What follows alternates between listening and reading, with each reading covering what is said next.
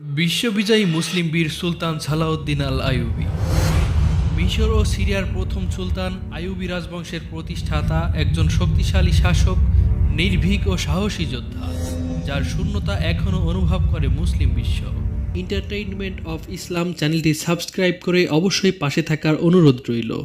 12 December 1098 সালে প্রথম ধর্মযুদ্ধে মানাত আল নুমানের গণহত্যা সংঘটিত হয়। ক্রুসেডারগণ দেয়াল ভেঙে জেরুজালেম শহরে প্রবেশ করে এবং শহরের 20,000 বাসিন্দাকে হত্যা করে। ওই সময় ক্রুসেডারগণ সেখানে খাদ্যের অভাবে মানুষের মাংস ভক্ষণ করতে শুরু করে।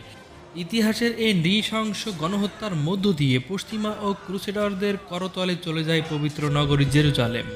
পরবর্তীতে সালাউদ্দিন আল আইয়ুবী এই জেরুজালেম শহর আবারও পুনরায় উদ্ধার করেন। সালাউদ্দিন আল আইয়ুবী বাইতুল মুকাদ্দাস জয় করার পরে সবাই যখন বিজয় উৎসব পালনে ব্যস্ত, তখন সালাউদ্দিন আল